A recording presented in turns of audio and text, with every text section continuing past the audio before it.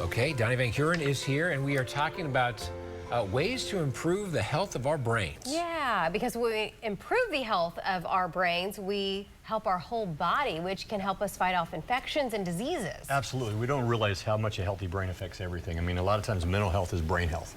And so I really want to talk about how you take care of your brain. There's really 4 things I want to harp on that really affects our brain just by doing these 4 things and focusing on this. And first of all, it's physical health and making sure you're taking care of your body.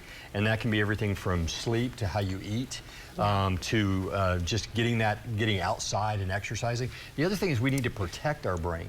It's so important that we protect that brain because we can damage it and it can affect us long term, whether it's memory, headaches. So much of our research on mental health is finding that head injuries do impact that.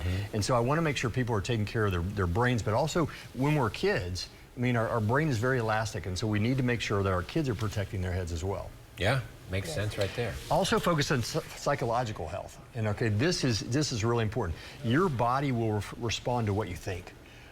Our thoughts are very important to staying healthy. So make sure you had healthy thoughts. That's true. And then also, you know, sometimes we need to maintain health in our brain, and that's talking, that's journaling, sometimes that's counseling, but you can really affect your brain by just the way you think and also thinking about what you're thinking about. How do you stay positive? How do you keep from going to like kind of a dark place in your mind? It's funny, 60 to 70% of our thoughts are generally negative.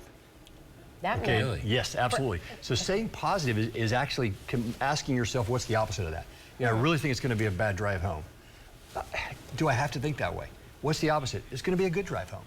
And you can harp on that just as much as the other side, but you have to recognize that. And so that's a big struggle. Also focus on your social health. Your brain will respond to relationships. And this is where we got in trouble with COVID. Make sure you have relationships. That affects your brain positively. Relationships make you feel good, but it does help us feel good to have that communication, the face-to-face. Yeah. And it doesn't happen with texting. You are so right. Yeah. It is not screens. Yes. You know, it's how, and we were talking about that in schools, like kids learning and stuff, and how they really have to be right there in person. With people. With people. Because they're learning so many social skills. And, Last thing is your spiritual health. Have a purpose. Your brain responds to having a purpose and having something that you get up. Know your why. This is what I would say. Know your why. Why do you get up in the morning? If you know your why and your purpose, it does affect your brain in a positive way, which affects everything else.